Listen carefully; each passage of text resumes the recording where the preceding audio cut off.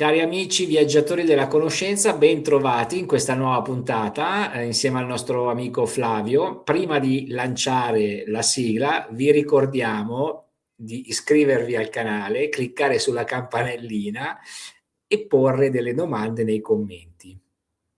Via alla sigla.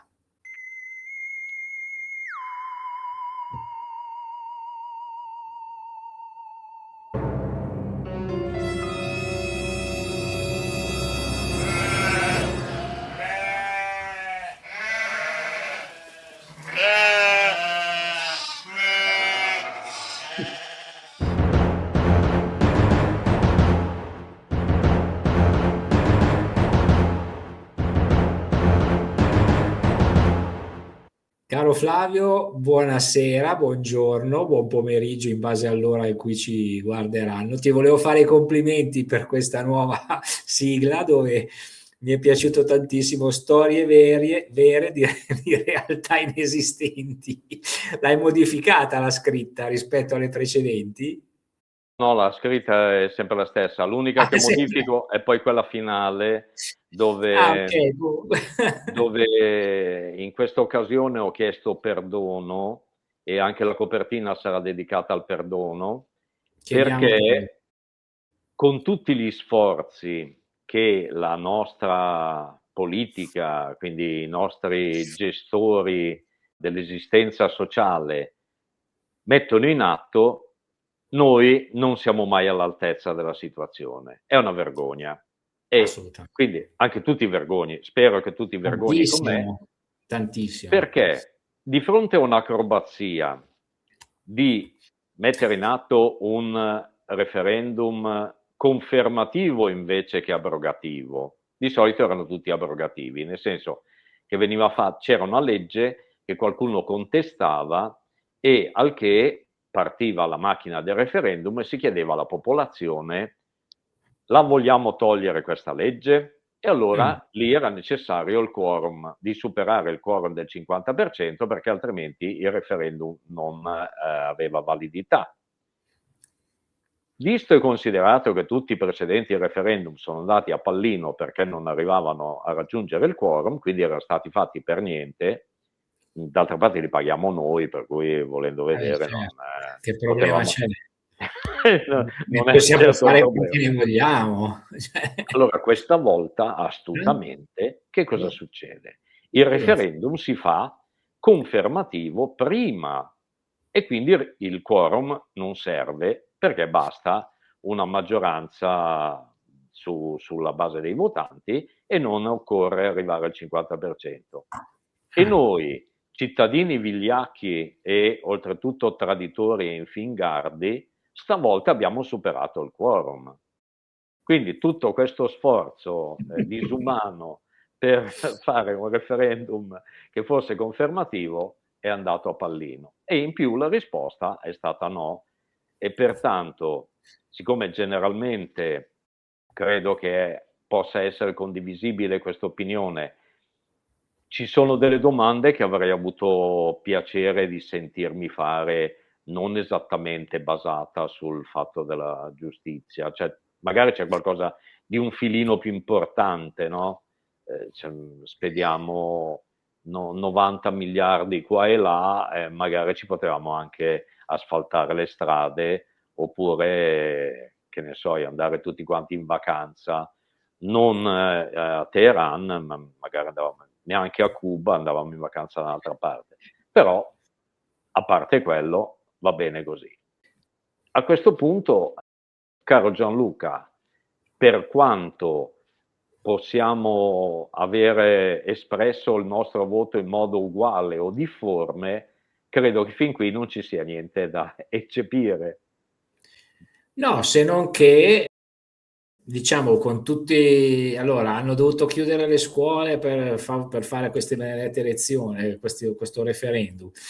Hai parlato di cifre, dei costi, personale, i militari, perché, cioè, dico, tutto questo per una sola domanda. Cioè, potevano farcene altre intanto che andavamo, non so, Siete d'accordo a continuare a finanziare le armi per l'Ucraina? Siete d'accordo? Cioè, ce n'erano tantissime di domande, era un'occasione per, diciamo, percepire il sentimento del popolo. Però evidentemente era troppo complicato e quindi era troppo complicato stampare delle schede con più di una domanda e quindi li posso capire, dai, cioè alla fine ne faremo altri 35 per ogni domanda, uno per ogni domanda, insomma, non so. Ma credo che gli altri non li faremo mai, comunque vabbè, non Tipo, non so, siete d'accordo che noi paghiamo una quota per ogni immigrato che entra in Italia oppure per sovvenzionare chi li ospita in alberghi che sono diventati non più utilizzabili per i turisti e quindi niente, paghiamo noi, ci mancherebbe, va bene così, dai. Comunque, visto e considerato che noi abbiamo anche fatto dei filmati relativi a Historia Magistra Vitae e nel Sì. caso specifico il referendum era destinato a riformare la magistratura, io ho scaricato un po' di casi abbastanza noti, anche se appartenenti al passato, e sempre in termini di intelligenza artificiale o almeno di dati che compaiono in internet, faccio le didascalie, quelle di cui parlavo nel filmato precedente. Va bene, Allora, facciamo le didascalie. 27 ottobre 1962, è passato un attimino, no? Enrico Mattei, al ritorno da un comizio pubblico tenuto in Sicilia, muore in un misterioso incidente aereo schiantandosi in provincia di Pavia. E non è certo colpa dei pavesi, credo. Un incidente su cui si sono addensati molti dubbi, ma su cui non si è ancora riusciti a stabilire una verità certa. Va bene, visto e considerato che almeno hanno scoperto chi è che ha accoltellato Giulio Cesare, dal 62 a oggi una verità certa. È ancora presto, È Flavio, ancora un attimino ci presto. vorrà ancora Vabbè, un paio di d'accordo. secoli. Quando nessuno saprà più chi era e che cosa faceva Enrico Mattei. Comunque, va bene. Poi, 12 dicembre 69, vado avanti di 7 anni. La strage di Piazza Fontana. Milano, Banca Nazionale dell'Agricoltura, esplode questa simpatica bomba. 69. C'ero e me lo ricordo. Nel giugno del 2005 la Corte di Cassazione stabilisce che la strage fu opera di un gruppo eversivo, eccetera, eccetera. Non facciamo delle qualifiche di tipo politico, anche perché tanto è inutile parlare di destra e sinistra, perché è soltanto un fatto di disposizione e non di mentalità. Nel 2005 appunto la Corte di Cassazione stabilisce che i soggetti processati non erano più perseguibili in quanto già precedentemente assolti con giudizio definitivo. Vabbè, 69-2005 sono 36 anni, 36 anni dopo non erano perseguibili perché tanto erano già stati assolti. D'accordo. Cosa succede? Arriviamo a Piazza della Loggia, 1974, 28 maggio. Gli imputati, tra cui questo, quell'altro, il generale, l'ex segretario, eccetera, eccetera, vengono assolti perché va bene così. Poi, dove andiamo? Non sono mica finite le stragi, per l'amor di Dio, ci mancherebbe altro.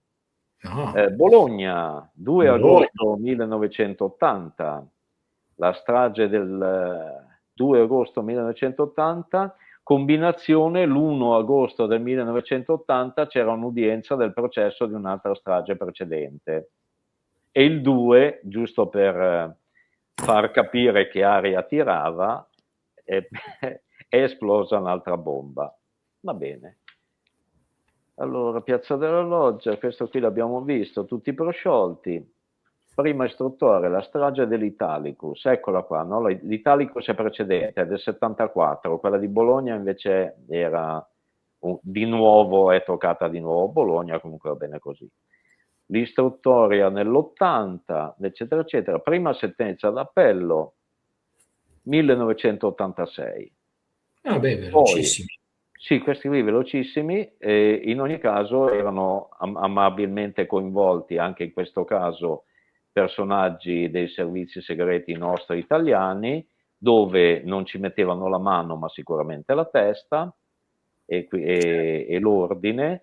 Poi abbiamo la strage di Ustica, un tragico incidente aereo nel 27 giugno del 1980. Questo tragico incidente aereo, qualcuno dice, ah sì, no, mi ho dimenticato una cosa, sembra che la figlia di Aldo Moro abbia detto che sul treno del 1974 doveva esserci suo padre, ma dei funzionari gli hanno fatto perdere il treno chiedendogli di firmare dei documenti casualmente, per cui lui non era a bordo. Cose che capitano, quindi non lo sapevo.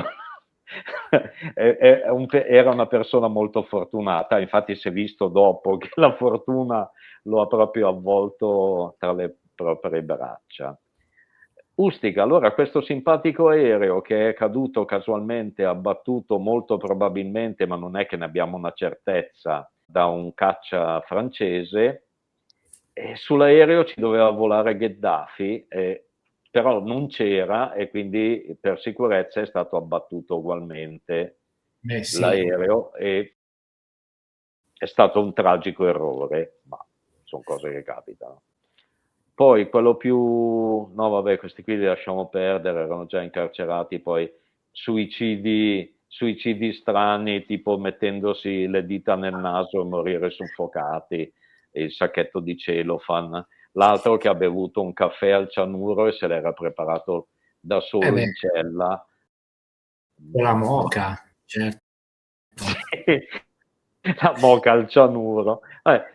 Per cui noi siamo stati chiamati per proporre una riforma della giustizia, quando in realtà magari la giustizia fa anche il suo lavoro, a meno che qualcuno non gli mette i bastoni tra le ruote. Perché tanto Certo. poi, se dovessimo andare noi a un processo, intanto non so se arriviamo in appello, sicuramente non arriviamo in Cassazione perché non abbiamo i fondi a sufficienza per sponsorizzare questi giochi, ma non ci salva nessuno tenendoci giù dal treno, per cui informati sui fatti di solito qualcuno c'è e qualcuno continua a esserci. Cioè dobbiamo pigliare con la giustizia o con chi gli mette i bastoni tra le ruote? O con chi crea ad arte tutti questi teatrini, dando la colpa diciamo, a dei colpevoli che comunque non sono loro i mandanti, né tantomeno la mente, come dicevi. È così. È così. Noi abbiamo solo l'esempio in Italia, perché poi in quegli anni veramente l'Italia era al centro dell'attenzione di tante potenze straniere, perché c'era il partito comunista, era il partito più forte nei paesi occidentali ed era molto legato alla vecchia Unione Sovietica. E questo per le potenze, parliamo, diciamolo chiaramente, sia per gli americani che per gli inglesi non era accettabile. Per cui tutte queste situazioni, queste stragi sono state fatte per destabilizzare. Aldo Moro è il classico esempio, no? Anche lì, quello è proprio è la firma finale dell'architettura che era dietro a queste cose. Cosa voleva fare Aldo Moro, giusto per i più giovani? Voleva creare, diciamo, un accordo, c'era già un accordo col Partito Comunista per cioè, creare una società un po' più evoluta rispetto a quella degli antagonismi tra Democrazia Cristiana e Partito Comunista, no? Detto in parole semplici. Quindi è stato fatto fuori per questo motivo, perché avrebbe creato un caso che un unicum in Europa che non era accettabile. Benissimo, allora, siccome d'altra parte non sappiamo come sarebbe andata a finire, perché sulle ipotesi non si può mai avere un'idea, però in quel momento un confronto e addirittura una sorta, non dico di alleanza, ma invece di esserci un governo da una parte e una alternativa all'esterno, praticamente l'alternativa confluiva tutta quanta in un unico blocco perché le forze erano pressoché equilibrate. Però quello non si può fare perché diventa un processo destabilizzante. In compenso, combinazione, un bel governo di salvezza nazionale quando c'è stato il Covid, quello andava bene a tutti, erano dentro viene da dire destra o sinistra, poi diciamo da un margine all'altro, tutti d'accordo, tutti dentro per tirare un casino in ballo dove non c'era più l'opposizione. Beh, ma Flavio, lo sappiamo, dai, bisogna sempre guardare agli interessi, cioè la politica, credo che dopo tutte quelle stragi, dopo gli ultimi statisti di quegli anni, potremmo dire l'ultimo fu Bettino Craxi, la politica da allora è diventata il braccio di lobby, di multinazionali che decidono loro. Quindi il discorso che facevi dell'unità nazionale dopo per il Covid, è chiaro, c'era dietro tutta una propaganda e di business, perché sappiamo benissimo, senza entrare troppo diciamo, nella storia, nella cronaca, che ormai ne abbiamo parlato, se ne è parlato tante volte. C'erano troppi interessi da parte delle case farmaceutiche, multinazionali e quant'altro. Ci sono dei film che parlano proprio perché su a Bruxelles c'è proprio di fronte al Parlamento, nei pressi del Parlamento europeo, ci sono degli edifici dove ci sono le sedi di queste multinazionali, ma che proprio fanno il lavoro di lobbisti, cioè preparano delle formulazioni legislative da far presentare poi ai politici, ma delle formulazioni legislative basate anche su delle cose concrete, cioè conoscendo la materia specifica, non so, l'autodifesa utilizzando delle armi, eccetera, cioè spiegano in maniera super approfondita l'argomento a questi politici che non possono conoscere tutte le materie, e quindi si fanno questi incontri, queste presentazioni, ma in maniera, come anche in America succede, in maniera trasparente, cioè le lobby sono, anzi ti dirò di più, sarebbe proprio meglio che fossero fatte alla luce del sole, che almeno c'è un dibattito, c'è un dialogo, cosa che invece in Italia non avviene, perché viene fatto tutto in maniera, diciamo, non evidente. Hai ragione, avviene in maniera non evidente per il semplice motivo che l'evidenza non è concessa ai subordinati di categoria inferiore. Quindi, essendo una colonia, non possiamo permetterci il lusso dell'evidenza, ma Esatto. quello di raccontare delle balle sì, ce lo possiamo permettere. Sì. Non ci deve insegnare niente nessuno a riguardo, su alla quello media degli italiani.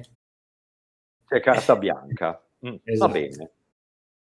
Ok, allora dopo questa simpatica puntata, simpatica nel senso che abbiamo preso alla leggera questi argomenti che purtroppo hanno segnato la storia dell'Italia, ce ne sarebbero a decine, se non a centinaia da raccontare.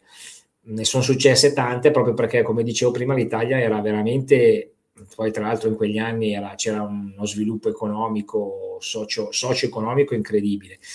E quindi, come sempre, quando qualcuno si alza oltre la media a livello di stati, di nazioni, diciamo, quelli che sono sempre stati abituati a governare, a comandare il mondo, non lo accettano, per cui cercano di abbassarti a un livello inferiore.